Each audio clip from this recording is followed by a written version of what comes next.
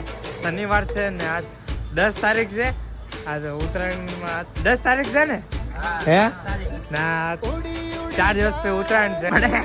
આપણે તો હું કહ્યું ભૂત વાળો પતંગ બનાવવાનો છે. આ ભાઈ બનાવે છે આપણા મિત્ર. આ બે કા ભાઈ જો ભૂત વાળો પતંગ બનાવવાનો છે એની પ્રોસેસ ચાલુ છે.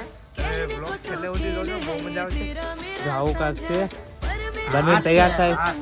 હાથ છે, હા હાડકા, શરીર ના પગ. પવન બહુ છે એટલે બહુ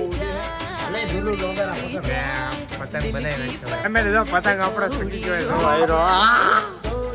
ભૂત વાળા પતંગ